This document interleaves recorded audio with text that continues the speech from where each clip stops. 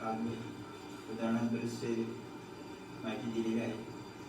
तर आज मी जास्त वेळ न दौडता सर्वांना सर्व सूक्ष्म व्यायाम क्रिया माहीत आहे आणि एकदम सूर्यनमस्कार झाले आणि पटकन आपण आसनाकडे प्राणायामाकडे वळू. तर सर्वांना विनंती आहे की उठून उभं राहावे.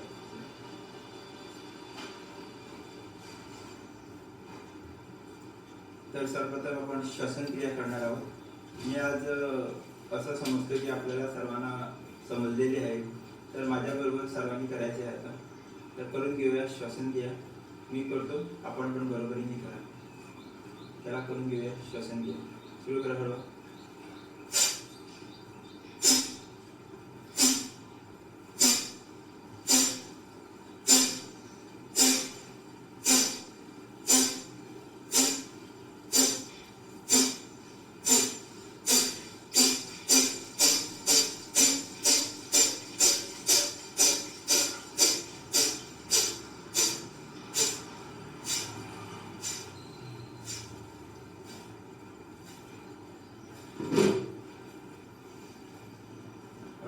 दृष्टी बंद करा. लक्ष मस्तिकामध्ये टाळवर पिट्युटरी ग्लँड असते. जेवढा आपण लक्ष केंद्रित करतो तेवढी ती प्रभावित होते. तसेच आपले जे नर्व्स, सेल्स, टिश्यूज हे जे ॲक्टिवेट झाले आहेत त्यांना पण लवकरात लवकर शांत व्हायला मदत होते. हळूवारी किंवा श्वास घ्या.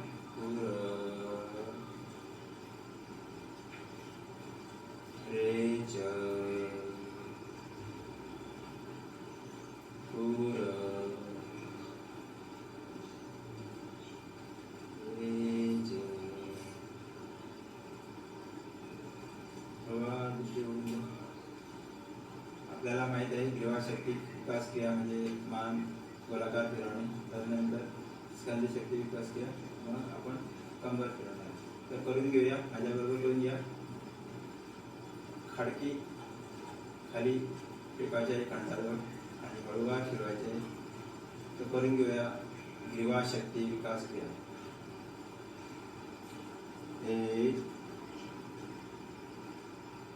कुठली कुठली मस श्वास होते ते बघा. कुठला मसल श्वास होते. 2 ऑब्झर्व करत नाही बॉल मन इतर केले. 3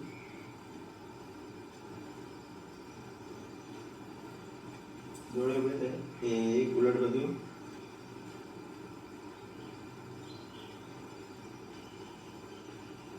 2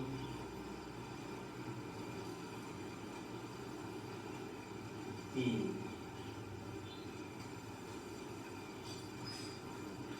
सोडून द्या. आता करून घेऊया स्कंद शक्ती विकास क्रिया. Shoulder rotation. पोपट टिकून घ्या. प्रवा करून घेऊया स्कंद शक्ती विकास क्रिया. तिथं पण आपल्या मसल्स कुठं स्ट्रेस होते पूर्ण मन तिकडं केंद्रित करायचं, जेणेकरून आपल्याला चांगल्यारीत्या फायदा होणार, त्रास पण तेवढा होणार नाही. तर करून घेऊया स्कंद शक्ती विकास क्रिया. ते कानाजवळ टिकवण्याचा प्रयत्न करा. होईल तेव्हाच आपल्या चांगल्या होणार, आपल्याला मसाज देतो. 2 3 उलट बाजू. 1 सावकाश. 2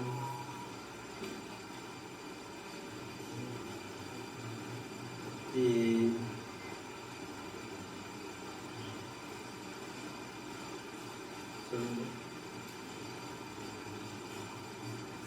आता करणार आपण थोडी कमर फिरून घेऊया. हळूवा डाव्या बाजूने. 1 2 थोडी थोडी पुश करा आपली कमर. 3 थोडं पुश करा. उलट बाजू. 1 2 3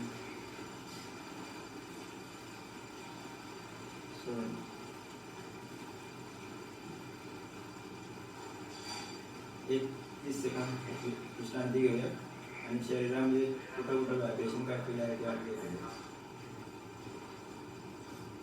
विश्रांती दृष्टिकोन.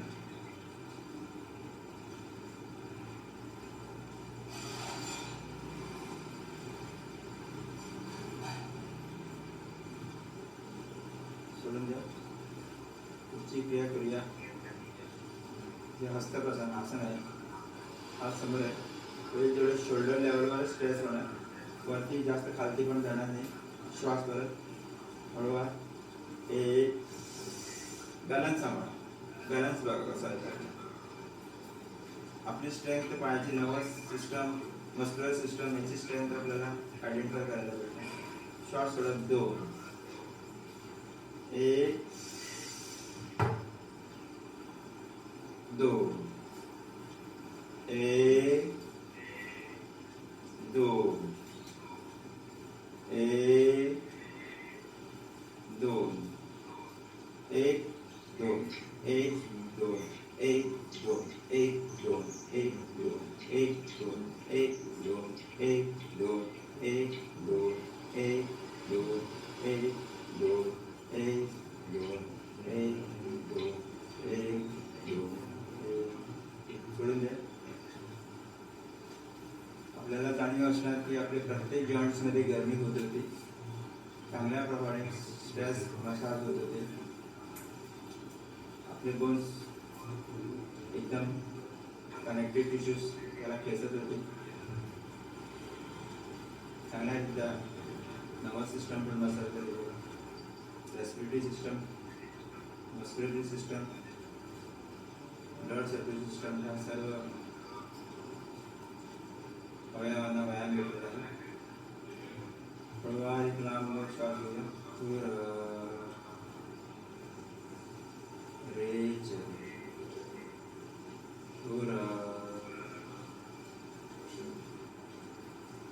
रेच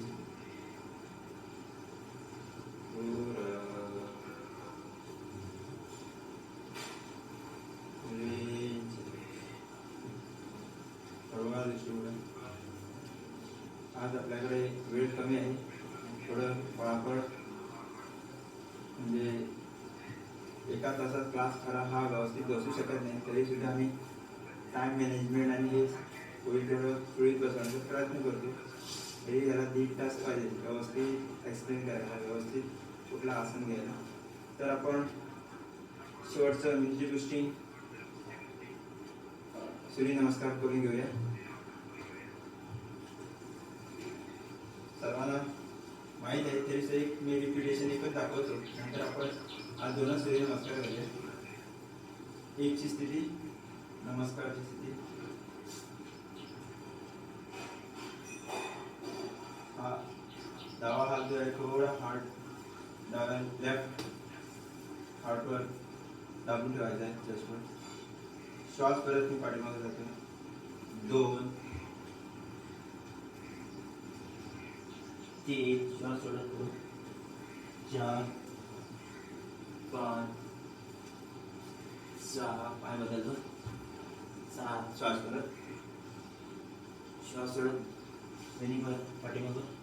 आपले पोट आहे ते एकदम खाली टेकले. माउंटेन वरचं डोकं एकदम खाली गेलेलं आहे. शोल्डरवर प्रेशर येतो. श्वास बरं 9 10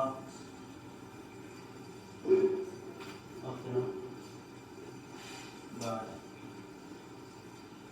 तर करून घेऊया सूर्यनमस्कार. स्थिती बघा. ओम सूर्याय नमः. आपण श्वास परत 2 मध्ये जाणार आहोत.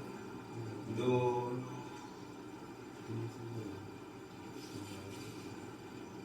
श्वास सोडत 3 डोकं होईल बाबू.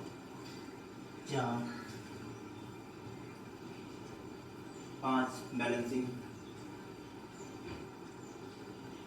6 पाय बदलून घ्या. 7 बॅलन्स सांभाळा. 8 दोन्ही पाय पूर्ण खाली टेकवायला पाहिजे.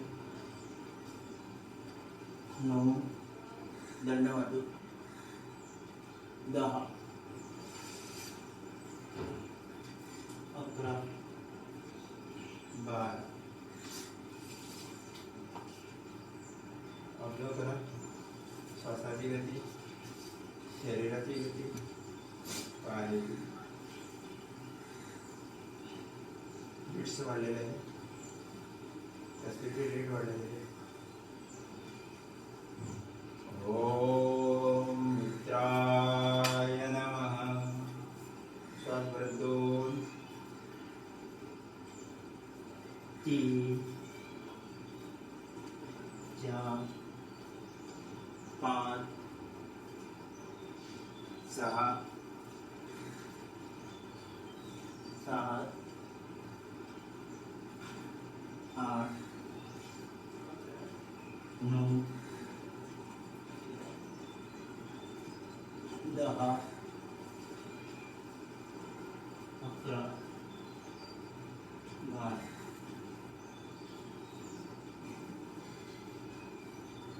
आणखी थोडी गती वाढली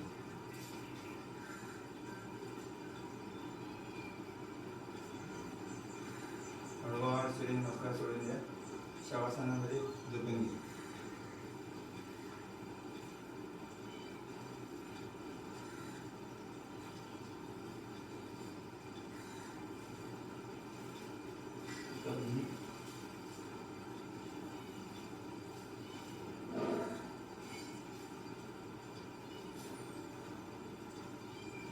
पूर्ण विश्रांती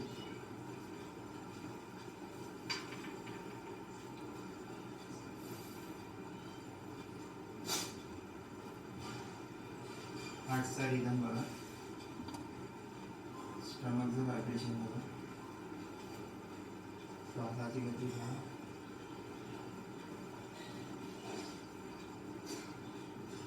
चेहऱ्यावर कुठं प्रेशर येऊ नये ऑटोमॅटिक जे काय चालू आहे ते करा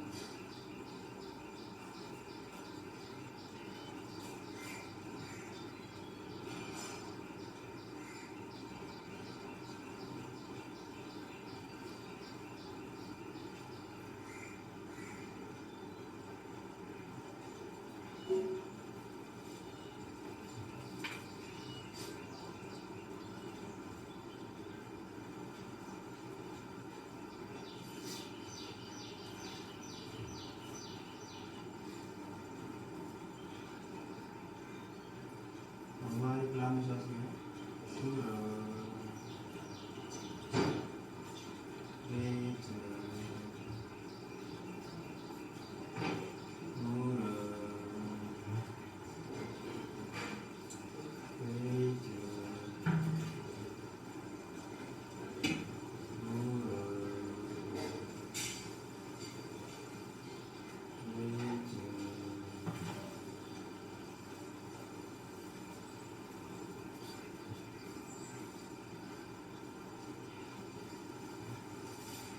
श्वासाची गती जास्ती बीट्स कमी झाली थोडा एका बाजूने उठून बसा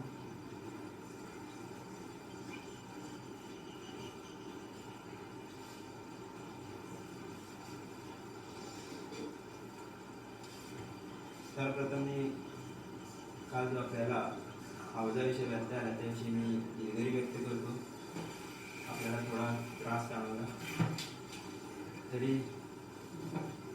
निसर्ग नियमाप्रमाणे आपण किती टेक्नॉलॉजी म्हटली तरी सुद्धा सर्व गोष्टी आमच्या हातामध्ये असत नाही तरी आपण प्रयत्न करतो की होईल तेवढं चांगलं व्हावं तरी पुन्हा एकदा मी दिलगिरी व्यक्त करतो आणि आज आपला शेवटचा दिवस आहे तर आपल्याला काही प्रश्न आहेत तर आपण चॅटपासून ते घालू शकतात त्याच्यासाठी आपण 10 मिनिटं ठेवले आहे कोणाचे जे प्रश्न आले त्यांना उत्तर देण्याची आम्ही प्रयत्न करू तसंच आपल्याला पण आपले मनोगत व्यक्त करायचे आहे जेणेकरून आम्हाला पण पुढे क्लास घेण्यास प्रोत्साहन भेटणार तर त्यानंतर आपण मनोगत नंतर आम्ही क्लास संपवणार आहोत तर आज आपण इम्युनिटी बुस्टिंग एकच गोष्ट सांगतो की पुष्कळ प्राणायाम शिकवले तरी पण आपण किती प्रॅक्टिस करणार त्याच्यावर पण आहे. बरेच काही दिलं आणि ते प्रॅक्टिस केलं नाही तर त्याचा काही फायदा होणार नाही. आणि बरेचसे असे प्राणायाम आहेत जे आपली कॅपॅसिटी अजून तेवढी बिल्डअप झाली नाही, तर मी तेवढे ते हार्ड प्राणायाम आपल्याला शिकवणं पण बरोबर होत नाही. म्हणून उगाच मी नवीन नवीन प्राणायाम देत गेलो. बरेच प्राणायाम आहेत पण त्यांना तेवढाच आपलं डेडिकेशन डिटर्मिनेशन पाहिजे असतं. नुसतं प्राणायाम वरच्यावर करू शकत नाही. तर हे प्रॅक्टिस करून आपली कॅपॅसिटी बिल्डअप केल्यानंतरच आपण नवीन प्राणायाम करण्याची आपली कॅपॅसिटी वाढते. नाहीतर तो फायदा आपण जो व्हायला पाहिजे तो होऊ शकत नाही. म्हणून नवीन नवीन प्राणायाम शिकवणं आहे ते मी प्रॅक्टिसला घेतो. आणि आज मी योगिक प्राणायाम त्याच्यामध्ये आणखी एक नवीन ॲड करतो. तर सर्वप्रथम मी आज परत सर्वांना शिकवत नाही, सर्वांना माहीत आहे. तर सर्वप्रथम आज आपण भस्त्रिका प्राणायाम थोडं अल्टर करून बघूया. सर्वप्रथम भस्त्रिका प्राणायाम घेऊया, त्यानंतर उद्गार, मग सेक्शनल आणि नवीन एक प्राणायाम घेऊया. वेळेच्या अभावामध्ये आम्ही बॅलन्सिंग करतो. तर एक हाफ मिनिट मध्ये शांत करूया. डोळे बंद करा, ध्यान मुद्रेमध्ये बसा. आपण गडबडीमध्ये प्राणायाम करू नये. पडदा काना सरळ स्थिर धीर शांत होण्याचा प्रयत्न करूया. एक हाफ मिनिट शांत बसा.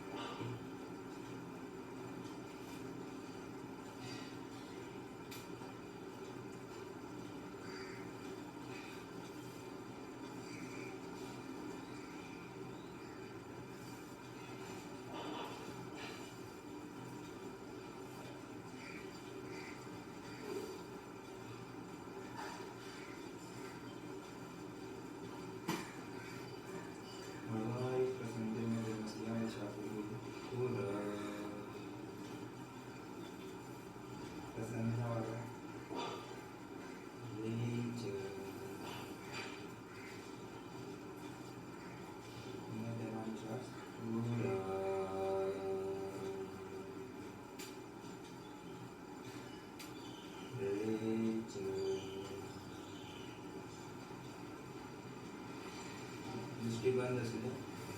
आपण करणार आहोत भस्त्रिका प्राणायाम. छातीजवळ हात घ्यायचे आणि श्वास परत आपण हात वर घेणार आहोत आणि श्वास सोडत हात खाली जोरात घेणार. फोर्सफुल इनहेलेशन, फोर्सफुल एक्सहेलेशन, सर्व काय होणार ते फोर्सफुल होणार आहे. बॉडी एकदम जर्किंग होणार आहे. तर करून घेऊया भस्त्रिका प्राणायाम. मी काउंट घेतो त्याप्रमाणे करूया. श्वास भरताना 1 म्हणा, सोडताना 2 म्हणा. 1 2 1 हे करून घेऊया. भस्त्रिका प्राणायाम. 1 2 1 2 1 2. डोळे बंद करा. 1 2 1 2 1 2 1 2 1 2 1. जोरात श्वास घ्या, सोडा. जोरात श्वास घ्या, सोडा. 1 2 1 2 1 2 1 2 1 2 1 2 1 2 1 2 1 2 1 2. सावकाश विश्रांती ध्यान करा. आपली जी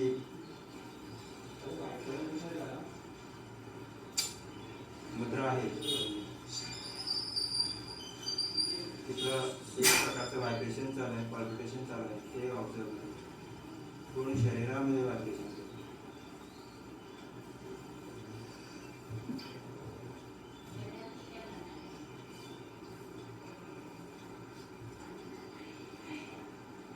थोडा एक लांब श्वास घेऊया.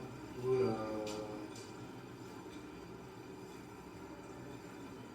रेच पुरा रेच पुरा रेच. सोडून द्या. हळूवार आपण पुढच्या प्राणायामाकडे वळूया. सेक्शनल तत्पूर्वी आपण उद्गार प्राणायाम घेऊया. उजवा हात नाकाजवळ घ्या. दृष्टी बंद आहे. मी नाकपुडीतून होईल तेवढा मॅक्झिमम श्वास आत घेणार आहोत आणि सोडताना जी नाकपुडी बंद आहे ती बंद करून डायरेक्ट नाकपुडी सोडणार. तर करून घ्या उद्धार प्राणायाम. हळवा लांब श्वास भरून घ्या.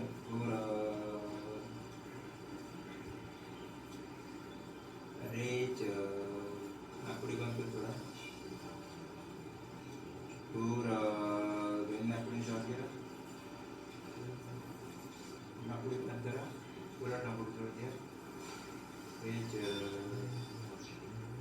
दोन नाकपुडी श्वास घ्या. रेच उजवा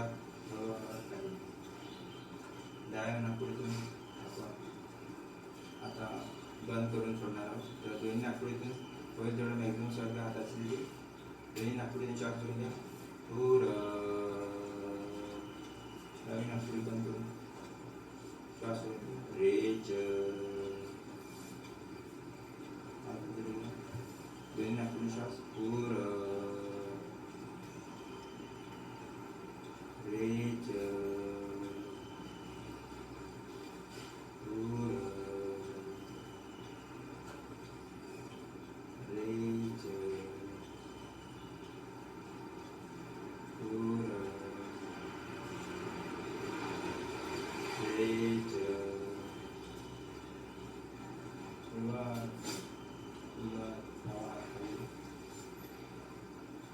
आपण हे सुरुवातीला 3 ते 5 वेळा दोन्ही नाकपुडीने करू शकतो.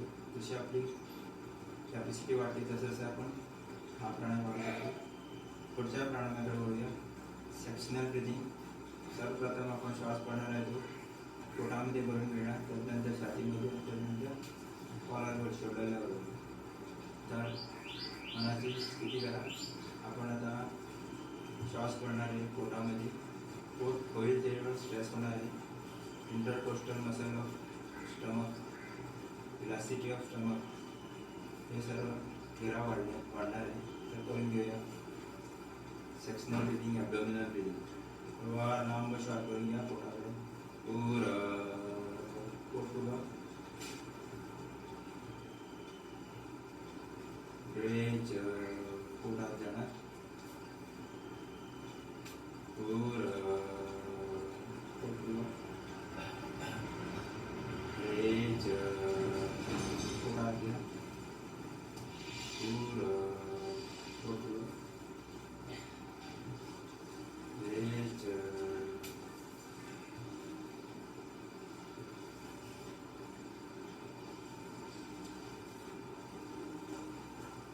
आता आपण थोडीशी ब्रीदिंग चेस्टमध्ये श्वास पडणार आहोत. तर श्वास करून घेऊया. छातीमध्ये जाणीवपूर्वक पोट होईल तेवढा आत जाणार. छातीमध्ये पडतो तेव्हा आणि डायफ्रामला चांगल्या प्रकारे मसाज भेटणार. लिव्हर्स म्हणा, आपले पॅनक्रियास म्हणा, स्किन म्हणा, ह्या सर्वांना मसाज भेटणार. जास्त करून आपलं हार्ट आणि लंग्सना पण मसाज होतो याच्यामध्ये. तर करून घेऊया थोडीशी ब्रीदिंग. श्वास करून घ्या. छाती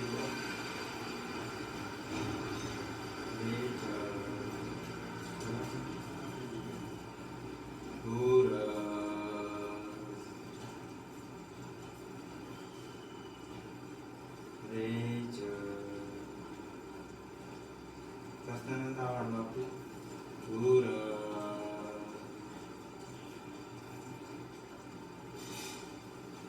रेच.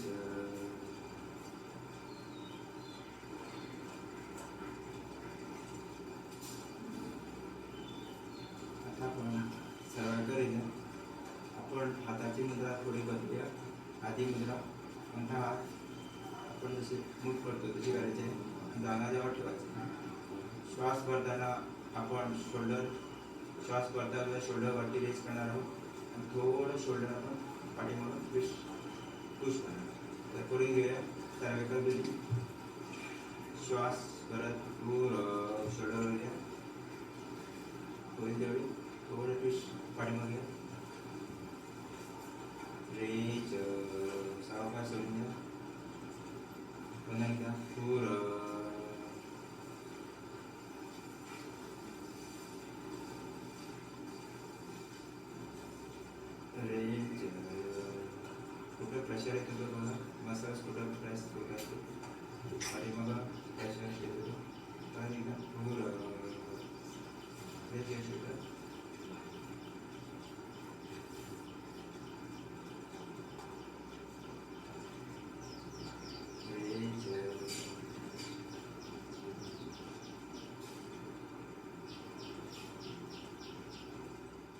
तर आपण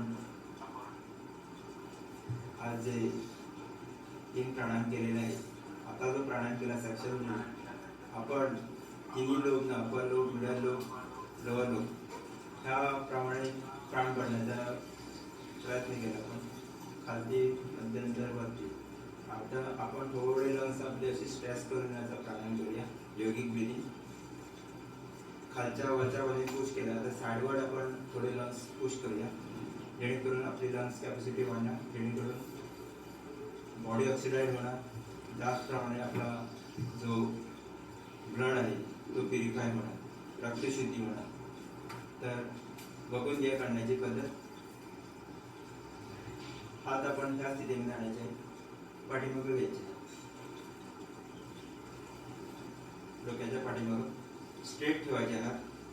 आता आपण श्वास घेताना हा आपले कोपर आहे ते आत घेणार, पाठीचा कणा सरळ राहणार, आणि श्वास घेताना आपण कोपर आत असणार, सोडताना कोपर बाहेर येणार, जेणेकरून आपले मॅक्झिमम लंग्स स्ट्रेच होणार. श्वास जोरात पण करायचा आहे, फोर्सफुल इन्हेलेशन, फोर्सफुल एक्सेलेशन. पण आपली कॅपॅसिटी कशी आहे त्यावेळी आपल्या स्पीडमध्ये करा, स्पीड पाहिजे तशी, पण एकदम हे नाही. पण आज सुरुवातीला आपण प्रॅक्टिस करू, सावकाश करूया. तर बघून घ्या.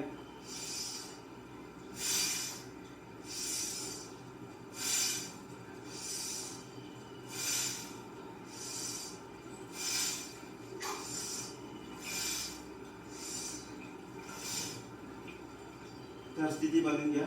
त्याप्रमाणे आपण स्पीडमध्येच करायला पाहिजे असं नाही, आपण शिकतो आहोत, तर हळूवार करून घेऊया. योगिक ब्रीदिंग. पाठीचा कणा सरळ, डोकं पण सरळ असायला पाहिजे, कम्फर्ट झोनमध्ये पण असायला पाहिजे. स्थिती बनवा. श्वास करताना कोपरात 1 श्वास करा, श्वास सोडताना 2, होईल तेवढं पाठीमागे घ्या. श्वास करताना 1 कोपरात, श्वास सोडताना कोपर बाहेर, श्वास करताना कोपरात, लांब श्वास घ्या,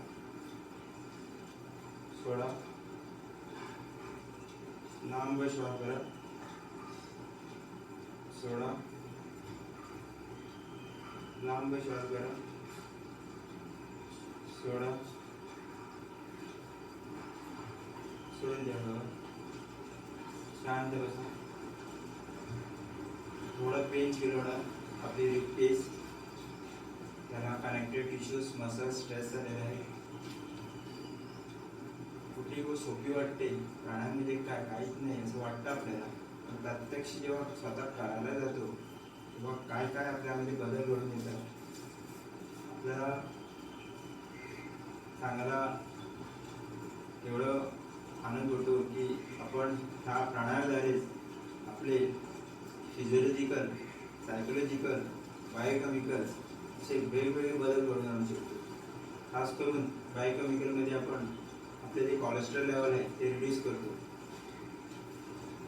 त्यानंतर आपण हेमोग्लोबिन कॅपॅसिटी आपली वाढते, आरबीसी काउंट वाढतो, प्लेटलेट्स काउंट वाढतो. मग हे लिम्फेटिक्स, आपण लिम्फोसाइट्स जे आपण इम्युनिटी सिस्टमसाठी आपले काउंट्स किती आहे ते बघतात. त्या सर्व गोष्टी, जेवढा प्राण प्रवाह चांगला असेल ऑटोमॅटिकली या सर्व सिस्टम जागायला पडतात. डाएट हा याचा पार्ट आहेतच, पण नुसता डाएट आपण घेतला आणि आपण हेल्दी झालो असं होऊ शकत नाही. डाएट हा चांगला पाहिजे, फ्रेश डाएट असणं हे चांगलं आहेतच. म्हणून आपण एका डाएटवर राहू शकत नाही, सर्व एकमेकांना पकडूनच आहे. तर आपण शेवटचा प्राणायाम करूया, भ्रामरी प्राणायाम. तर स्थिती बघा, एकच मी टिप्स दाखवतो. हा एकदम इम्पॉर्टंट प्राणायाम आहे, आपले मेंटल हेल्थसाठी हा एकदम उपयुक्त असा प्राणायाम आहे. Heart related disease, heart attack म्हणा, हार्ट स्ट्रोक म्हणा, नाहीतर पॅरालिसिस अटॅक म्हणा, ह्या सर्वांसाठी एकदम उपयुक्त असा हा प्राणायाम आहे. कानामध्ये पोटावर आपण फिरवतो, लॉक करतो आणि बाहेरचा आपण आवाज काही घेऊ शकत नाही. त्यानंतर डोळ्याच्या पापण्यावर पोटो लांब श्वास करतो.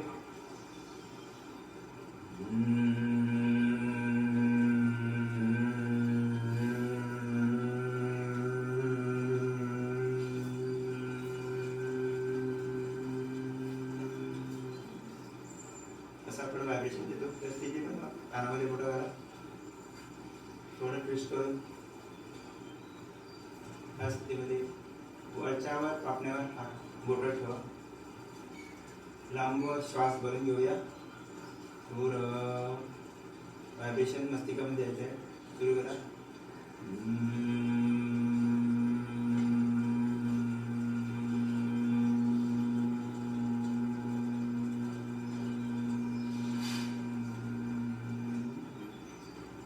पुन्हा एकदा लांब श्वास घ्या.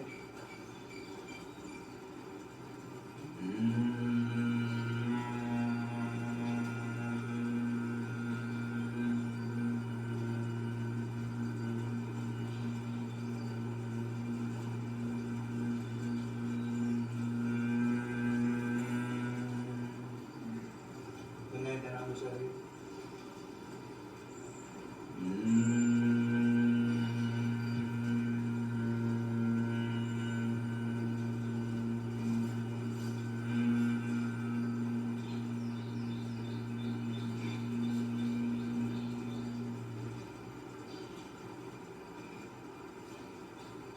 मन शांत झालं. मस्तिकामध्ये आपल्याला वेगळा प्रकाश लागतो. कळवा नाकाने.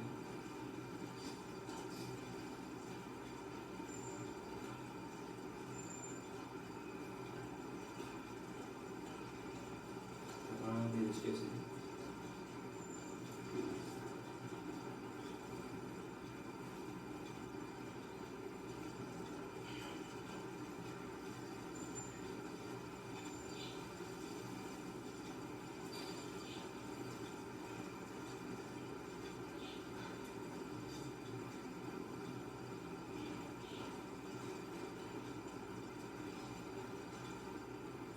बरोबर आपण 3 वेळा ओंकार घेऊया. त्यानंतर आपण पुढच्या विषयाकडे जाऊ. डावा हात बेंबीवर घ्या. उजवा हात टाळवर. वरच्यावर ठेवायचा आहे. उजवा दाबून ठेवायचा नाही. टाळवर जो हात ठेवला आहे तो दाबून ठेवायचा.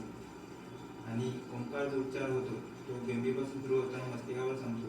ह्या ह्याच्यामध्ये आपल्याला आपला हा साऊंड जो आहे आपला तो व्हायब्रेट करायचा. ओम उच्चारण करतो. तर श्वास भरून घ्या.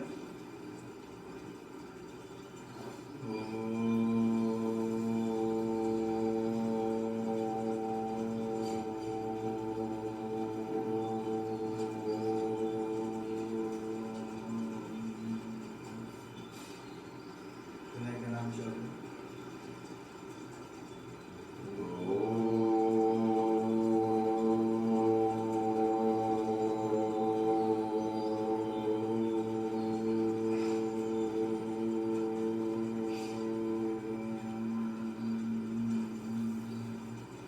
व्हायब्रेशन फील करा. पुन्हा एकदा नाम श्वास घ्या.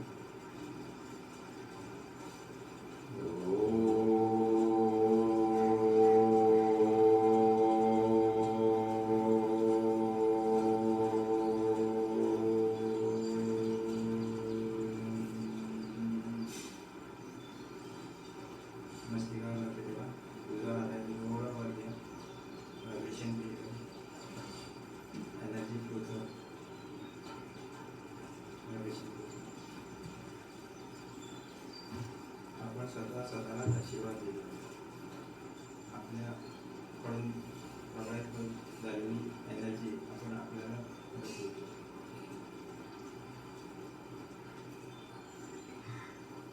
हळूवार हात खाली घ्या. दोन्ही हात जोडून घ्या. हाताचं घर्षण करा. नरम होईपर्यंत आपण करत राहा. आणि प्रथम तळच्या पाठण्यावर हळूवार जसा पावडा लागतो तसा हात फिरून घ्या. पूर्ण शरीराला हळूवार स्पर्श करून घ्या. हरिओम. सावकाश डोळे मिटा. नमस्कार.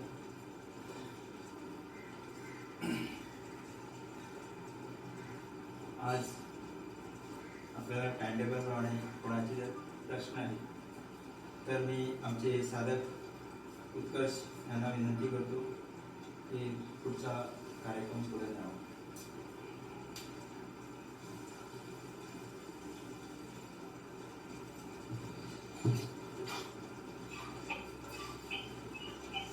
हरिओम. नमस्कार. ज्याप्रमाणे दर्याला पाण्याविना किंमत येत नाही, आकाशाला ढगाशिवाय सुंदरता येत नाही, तसेच आपल्या शरीराला त्या प्राणाशिवाय काहीच किंमत उरत नाही. जेव्हा हा श्वास आपल्या शरीरातून अलग होतो तेव्हा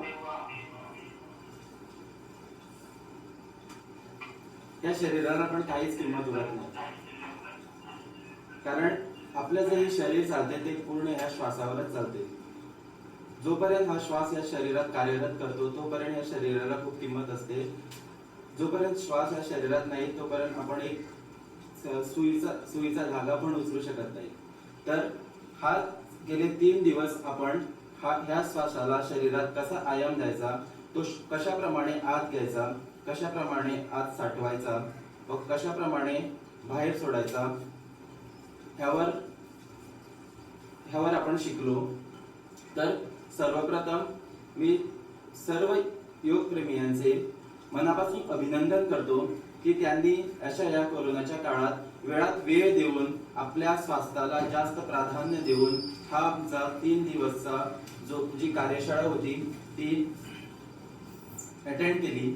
तसेच मी मंथन नाईक यांना विनंती करतो की त्यांनी आमचे योग गुरु श्री संजू भाऊ यांना पुष्प देऊन आपल्या सगळ्यांकडून त्यांना नमस्कार द्यावा.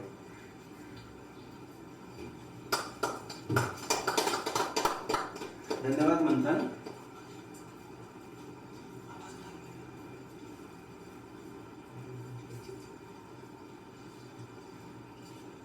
धन्यवाद मंथन. तर गेले 3 दिवस आपण ही कार्यशाळा अटेंड करत असताना आपल्याला काही प्रश्न आले असणार. ते आम्ही थोडे निवडक प्रश्न इकडे घेतले आहे. तर त्यामधला जो पहिला प्रश्न आहे तो नयन कहाते यांनी विचारला आहे. तो म्हणजे how to increase haemoglobin in our body using pranayama. तर मी संजू भाऊंना विनंती करतो की त्यांनी ह्या प्रश्नावर सविस्तर उत्तर द्यावे.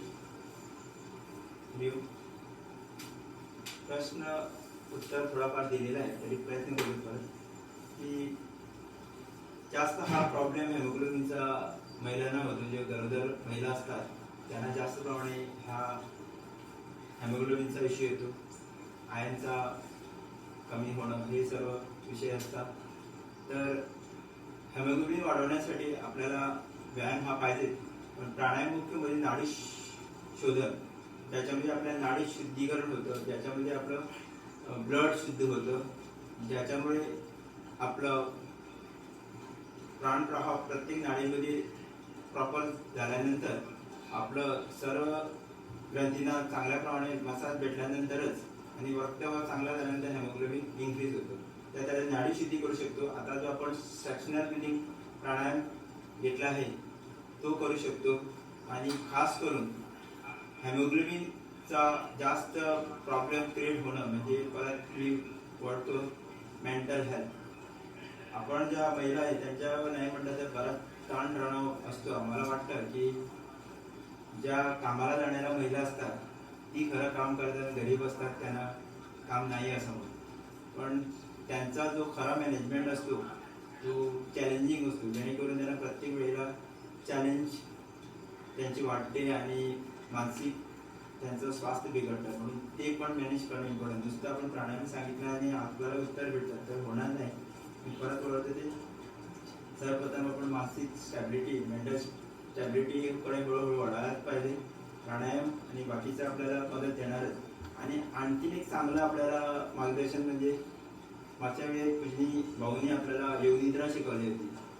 ती जर आपण प्रॅक्टिस केली तर आपल्याला आणखी जबरदस्त फायदा होणार. आणि त्याला म्हणतात योगनिद्रा म्हणजे सायकिक स्लीप, स्लीपलेस स्लीप. झोपतो पण झोपत नाही अशी ती हे आहे. म्हणून प्रॅक्टिस केली तर आपल्याला खूप आणखीन फायदा होणार. प्राणायाम जे सांगितलं आहे आपल्याला एक म्हणजे भ्रामरी, नाडीशुद्धी आणि सक्सेना. तर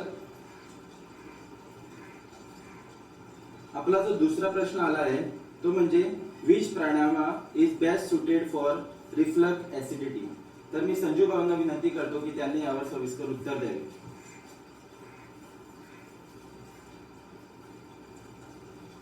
मी या विषयावर आपल्याला मार्गदर्शन करायला इच्छितो की नुसतं आपण जर प्राणायामाला फोकस केला तर जो आपला ऍसिडिटीचा जो काही प्रॉब्लेम आहे तो सॉल्व्ह होऊ शकत नाही. कारण आपल्यामध्ये त्रिदोष हे आपल्याला वात पित्त कफ हे आपले जेव्हा इम्बॅलन्स होतं तेव्हा ऍसिडिटी प्रॉब्लेम क्रिएट होतो. तर नुसतं तुम्ही प्राणायामावर फोकस देऊ शकत नाही तर आपल्याला आपली डायजेस्टिव्ह सिस्टम जी आहे ती जास्त प्रमाणात प्रभावित करावी लागणार, जेणेकरून जे काय खाल्लेलं आहे ते प्रॉपर डायजेस्ट होऊन जायला पाहिजे. नाहीतर आपल्यामध्ये जो ग्लुकोज आहे तो वाटतो आणि डायजेस्टिव्ह सिस्टम आपली कमकुवत होते. तसंच आपलं पित्त जे आहे त्याच्यामुळे पण इम्बॅलन्सेस होतात. हे पूर्ण आपल्याला मॅनेज करायला पाहिजे. तर प्राणायामपूर्वी आपण डाएट टाइमवर घ्यायला पाहिजे. नुसतं प्राणायामच सांगितलं आणि आपलं हे करेक्शन झालं तर होणार नाही. आणि त्याच्यामध्ये खास म्हणजे आपल्याला परवा शिकवली होती ती म्हणजे वस्त्र धोते आणि वमन धोते, म्हणजे कपडा खाणे आणि कपडा बाहेर काढणे आणि मग वॉमिटिंग करणं. कपडा केला खाला नाही तरी चालेल पण वॉमिटिंग तरी आपण प्रयत्न करा, जेणेकरून एक्सेसिव्ह म्युकस आपल्यामध्ये घाण भरलेली आहे ती जेवढपर्यंत बाहेर जात नाही. आणि थोडंफार त्याला ॲड करून फास्टिंग थोडं तर ॲड केलं म्हणजे प्रमाणामध्ये जेवण घेणं. आणि आणखी एक ॲडिशन म्हणजे चुकून थोडं स्मोकिंग आणि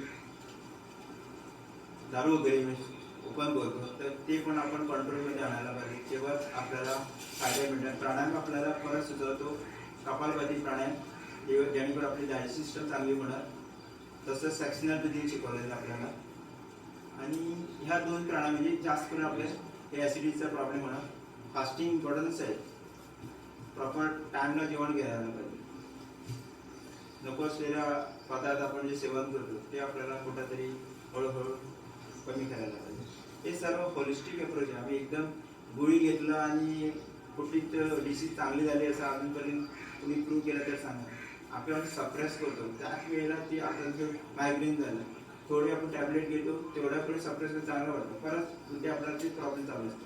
म्हणून आपण ते एक सांभाळायला पाहिजे की एकाच शब्दातून उत्तर देऊ शकत नाही. म्हणून प्रॉपर यातून आपल्याला मार्गदर्शन करायला प्रयत्न केलेला आहे. विषय मोठा आहे, एवढा लांब मी एक्सप्लेनेशन देऊ शकत नाही. तर धन्यवाद संजू भाऊ. तर आपल्याला जो तिसरा प्रश्न आलाय तो दयानंद भगत यांच्याकडून आलाय. How will you overcome stress और एन्झायटी ड्युरिंग पोस्ट कोविड. तर मी संजू भाऊंना विनंती करतो की यांना सविस्तर उत्तर द्या. प्रश्न एकदम चॅलेंजिंग आहे, तरी मी उत्तर देण्याचा प्रयत्न करतो. तर आता जे सिच्युएशन आहे ते साहजिकच सर्वांना झालेलं आहे. असं म्हणू शकत नाही की आपल्याला स्ट्रेस झाला आणि मला स्ट्रेस झाला असं कोणी म्हणू नये. परिस्थिती अशी आहे की आवाका बाहेर गेला, आता बाहेर गेलेले आहे. तरीसुद्धा नॉर्मली आपण आपले जे कर्म जर आपण बघितलं, आपले रोजचे दैनंदिनचे आचार विचार व्यवहार हे जर आपण चांगले असेल तर आपली इनर बिल्डिंग कॅपॅसिटी म्हणून असते. भीती वाटणं, फिअर असणं ही वेगळी विषय आहे, स्ट्रेस होणं हा विषय वेगळा आहे. पण मुळात आपले जे कर्म आहे म्हणजे आपण म्हणतो की आपली बुद्धिशुद्धी, विचारशुद्धी, आचारशुद्धी, कर्मशुद्धी हे जोपर्यंत आपला होत नाही तोपर्यंत हा फिअर आपल्याला स्ट्रेस आपल्याला येणारच. जोपर्यंत आपण यातून थोडाफार मुक्त होत नाही. आणि आसक्ती, प्रत्येक वेळा अजून आसक्ती म्हणजे अजून आपण बांधायला गेलो तर आपलं हे सर्व लोडेड होणार. आणि ह्या गोष्टी सुद्धा आपल्याला करेक्ट कराव्या लागतात. नुसतं मी आपल्याला एक दोन प्राणायाम दिले आणि आपलं सर्व काही सुरळीत झालं नाही. रोज आपल्याला योगा म्हणजे आपल्याला डू गुड बी गुड. जोपर्यंत आपण स्वतः चांगला होत नाही आणि स्वतः चांगला झाल्याशिवाय आपण समाजाला काही चांगलं देऊ शकत. तर योगा म्हणजे बी गुड, मी स्वतःपूर्वी चांगला व्हायला पाहिजे, अँड डू गुड, समाजासाठी काय ते चांगलं करायला. तर ऑटोमॅटिकली स्ट्रेस फिअर हे जाणार. तर मी आपल्याला स्ट्रेससाठी परत आणि फिअरसाठी कोविड पोस्ट कोविडमध्ये जर आपल्याला कंट्रोल सध्या आपल्याला मार्गदर्शन पाहिजे तर योगनिद्रा आपल्याला आमच्या यूट्यूबवर अवेलेबल आहेतच. योगनिद्रा करा जेणेकरून सर्व नर्वस सिस्टम आपली सेटल होणार, थॉट्स रिड्यूस होणार. मग आपल्याला जसा प्रामाणिक प्राणायाम शिकवला आहे असं सांगितलं आणि झालं असं नाही. आपण त्याच्यावर विश्वास ठेवायला पाहिजे. जोपर्यंत विश्वास ठेवत नाही ना कुठलीच गोष्ट आपल्याला जसं आपण औषध सुद्धा घेतो त्याच्यावर विश्वास नाही तर आपल्या जर हिलिंग कॅपॅसिटी आहे ती आपल्याला मदत करत नाही. म्हणून विश्वास प्रथम पाहिजे. बिलीफ, स्ट्रॉंग बिलीफ असायला पाहिजे. वरच्या वर करून बघूया झालं तर झालं असं घेतलं तर आपल्याला मदत करू शकत नाही. म्हणून आपण बिलीफ सिस्टम पण जेवढी स्ट्रॉंग आहे तीच आपल्याला हिलिंग करेल. मग मेंटल हेल्थ त्याच्यावर येतो आपला विषय मेंटल हेल्थ. म्हणून आपण रोजच्या जीवनामध्ये जे आपलं आचरण आहे ते आपल्याला बरंच काही इफेक्ट करून जातं. म्हणून विषय मोठा आहे, व्यापक आहे, तरी मी थोडक्यात सांगतोय. वेळ होत चाललेला आहे. पण आपण आपलं मन शुद्ध करा पाहिजे. आपण जर कोणाचं जसं म्हटलं आहे की आपण कोणाचं जर वाईट करत नाही ना तर ऑटोमॅटिकली आणि कोणा जडक विषय आपण नेमकी फिरत नाही तर ऑटोमॅटिकली आपला क्लिअर कंट्रोलमध्ये येऊ शकतो. कोरोना व्हायरस हा आहेतच. व्हायरस कोणाला केव्हा दिला ह्याला आपण ब्लेम करू शकत नाही. पण आपण विचाराने जर सक्षम बनलो तर बऱ्याचशा गोष्टीवर आपण ओव्हरकम करू शकतो. आणि शेवट आपलं लाईफ कोणाचं केव्हा शॉर्ट आहे की लॉंग आहे आपण कोणाला गॅरंटी आणि वॉरंटी देऊ शकत नाही.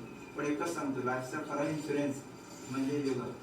आपण इन्शुरन्स पॉलिसी करतो पण ही पॉलिसी करा योगाची. ही पॉलिसी केली तर आपल्याला खरे पॉलिसीचा इन्शुरन्स भेटणार. ही पॉलिसी कोणाला भेटणार ते आम्हाला माहीत नाही.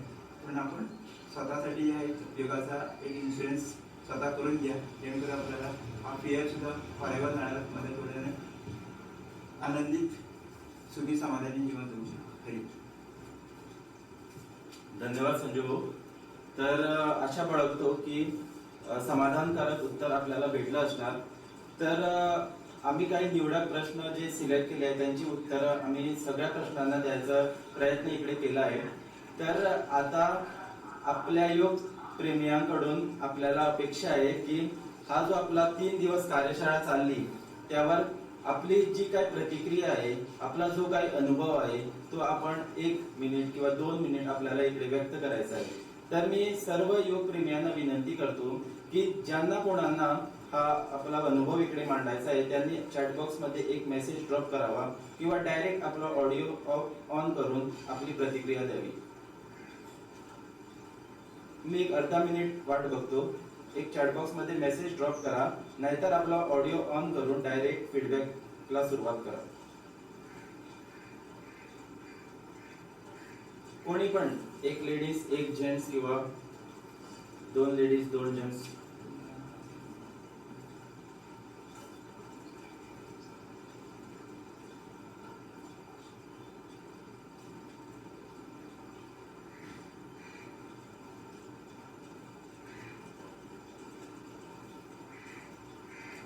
तीन दिवस चाललेला क्लासचा अनुभव आपल्याला कोणाला एकट्याला इकडे व्यक्त करायचा आहे जेणेकरून आपल्याला पण तो एक कॉन्फिडन्स मिळतो की पुढे आपण कसं जायचं आणि आपल्याकडे गोष्टी कशा पोहोचायच्या.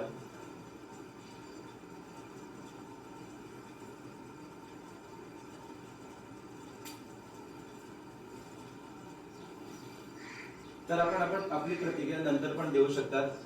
एक इम्पॉर्टंट अनाउन्समेंट आहे की जसे आपण मागच्या वीक मध्ये योग आरोग्य शिबिर 10 दिवस घेतले, या वीक मध्ये आपण इम्युनिटी बुस्टिंग व लंग्स एनहान्समेंट यावर 3 दिवसाची कार्यशाळा केली जेणेकरून आपण वयस्क व ऍडल्ट एजच्या ग्रुप एज मध्ये आम्ही सर्वांजवळ पोहोचलो आहे. तर आश्रमच्या समितीने एक विचार केला की का ना आपण आपल्या लहान जे चिमुकले आहे मुलं आहे त्यांच्याकडे पण का पोहोचू नये. त्याच अनुषंगाने आश्रमच्या समितीने एक निर्णय घेतला की येत्या त्या आठवड्यात आपण लहान मुलांचा पण एक 10 दिवसचा वर्ग सुरू करणार आहोत. तो वर्ग आहे तो एकदम वेगळा असणार आहे. जसं आपण आपल्याला योग शिबिर घेतला तसा तो असणार नाही. लहान मुलांना लहान मुलांप्रमाणे शिकवले जाणार आहे आणि खूप काही प्राइजेस आणि सरप्राइजेस पण त्यात असणार आहे. आणि आपल्याला माहितच आहे की यंदाच योग ह्याला स्पोर्ट्सचा दर्जा दिलेला आहे जेणेकरून मुलांना आपलं करिअर पण त्यात खूप आपलं करिअर पण खूप करता येते. कारण आता पुष्कळ अशा ऑपॉर्च्युनिटीज निर्माण झाल्या आहे जेणेकरून आपले फ्युचर आपली मुलं योगामध्ये करू शकतात.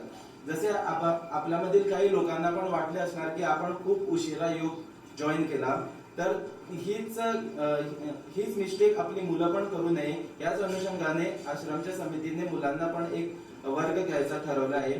तर मी सर्व योग प्रेमियांना व पेरेंट्सना आवर्जून विनंती करतो की त्यांनी मुलांना आवर्जून आमच्या योग वर्गामध्ये रजिस्ट्रेशन करावे, जेणेकरून त्यांना तर चांगला प्लॅटफॉर्म मिळणार, जेणेकरून आपली मुलं पुढे योग ह्या स्पोर्ट्स मध्ये पुढे जाणार. तर रजिस्ट्रेशनचं लिंक आम्ही कमिंग डेज मध्ये आपल्या व्हॉट्सअप ग्रुपवर टाकणार आहे. तर सर्वांना विनंती आहे की ह्या ऑपॉर्च्युनिटीला आपण उचलून ठेवून सर्व पेरेंट्सने आपल्या मुलांसोबत थांबून ह्या वर्गाला उपस्थिती लावावी. धन्यवाद.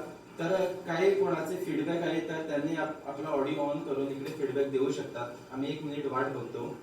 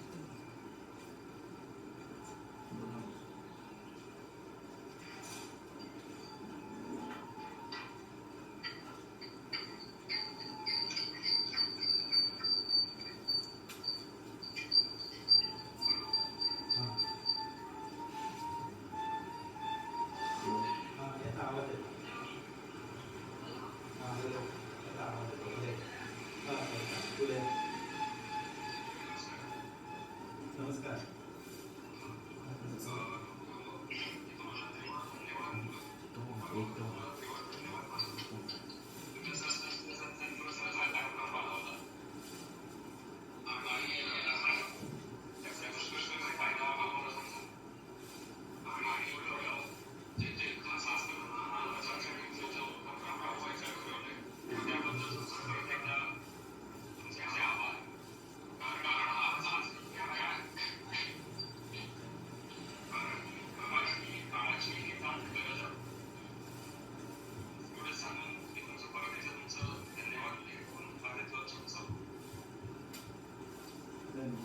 धन्यवाद यशस्वी.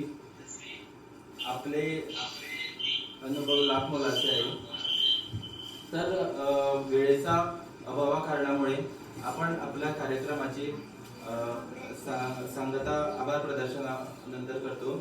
तर सर्वप्रथम मी आपल्या टेक्निकल टीम सिद्धेश नाईक, सागर नाईक, रोहित नाईक, वासुदेव नाईक यांचे मी आश्रमच्या वतीने मनापासून आभार मानतो की त्यांनी आपला वेळ देऊन हा जो कार्यक्रम आहे तो आपल्या समोर तांत्रिक दृष्टीने पोहोचवण्याचा प्रयत्न केला. तर आमचे योग गुरु श्री संजीव नाईक यांचे मी आश्रमच्या वतीने मनापासून आभार मानतो व नमस्कार करतो की त्यांनी आपला बहुमूल्य जे मार्गदर्शन आहे ते आपल्या सर्वांसमोर पोहोचवले आहे. तर आणि दुसरं म्हणजे की आपण योग प्रेमी जे गेले 3 दिवस पहाटे 6:30 उठून जे योग वर्गाला आपली उपस्थिती लावतात, मोर दॅन 2 आपल्या लिंकवर ही क्लास चालते, मोर दॅन 150 पार्टिसिपंट्स या कार्यक्रमाला उपस्थिती लावलेली आहे. तर मी त्यांचे सर्वांचे मनापासून अभिनंदन करतो, मनापासून त्यांचे आभार मानतो, मनापासून त्यांना दिलगिरी व्यक्त करतो, मनापासून त्यांची मी शब्द नाही त्यांचे हे करायला मला, पण मनापासून मी त्यांचे आभार मानतो आणि अभिनंदन करतो की त्यांनी या क्लास अटेंड करून आपल्या वर्गाची शोभा वाढवली. तर ही कार्यशाळा इकडे संपते असं मी जाहीर करतो.